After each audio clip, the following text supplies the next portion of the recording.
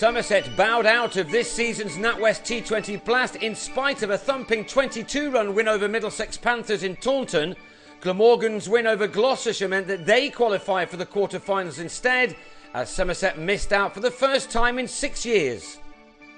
All they could do to give them a chance of making it into the last 8 was to win this game, and an expectant and big crowd watched Alphonso Thomas win the toss, and then Nick Compton and Marcus Trescothick got their side off to a decent enough start with 26 runs coming off the opening 4 overs, Trescothick at last finding some form in this competition.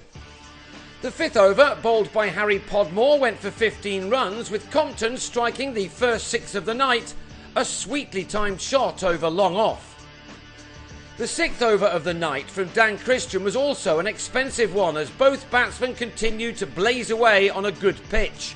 54 runs came off the 6 overs of power play, in which 10 fours and 1 6 were hit by the Somerset openers.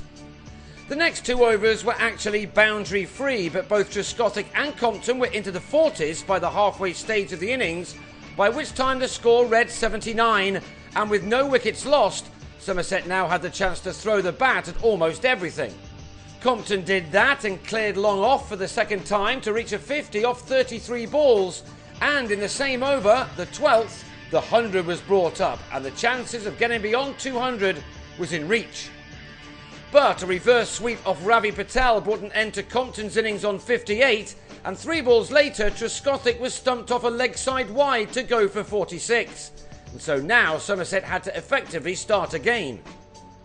New England Lions selection Patel again bowled well, even though Colin Ingram tried to ruin his figures.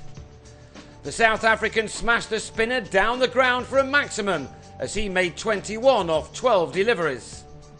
But Patel ended with figures of 3 for 36, when with his last ball he had Ingram caught in the deep by Joe Denley, with a total on 152 for 3 with 3 overs to go. Only 6 runs came off the 18th over, but James Hildreth then went after Podmore to keep the momentum with the home side as they went into the break. Hildreth struck the ball with a lot of power as he hit 2 sixes in his 18, made from just 8 balls. Peter Trigo helped himself to 35 off 26 with this 4 in the final over, seeing Somerset to a total of 183 for 3 from their 20 overs. It may not have been as many as they might have got, but it was still going to be a challenge for the Panthers. They certainly needed to get off to a flying start to stand any chance, and David Milan looked to do that by scoring his runs almost exclusively in boundaries. He took 3 off successive deliveries in the opening over of the reply from Lewis Gregory, and also found the rope off both Tim Groenewald and Thomas as the classy left-hander raced to 25 off his first 10 balls. But with a total on 30, he lost Denley at the start of the 4th over, Gregory with a catch at long on to give Groenewald a wicket his side needed.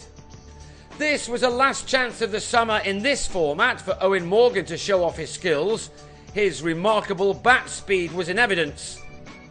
The Panthers had 50 runs on the board at the end of the power play, but Milan on 34 then edged a cut off Dirk Nanners to Trescothick to set the visitors back. It was Nanners' next over which put this game beyond the Panthers. He removed Morgan for 18, with Trescothick defying his years with a catch at full stretch above his head, before the Aussie bowler gave Trescothick an easier catch next ball. That saw the end of Ryan Higgins and left Middlesex on 60 for 4. 11 runs later, Christian was out, and that left it to Neil Dexter to swing the bat. That was his first 6, and he struck 2 more. The next came with a sweep off George Dockrell, which went a long way, and it was followed up next ball with an even bigger shot, which brought the target down to 56 to win off 19 deliveries.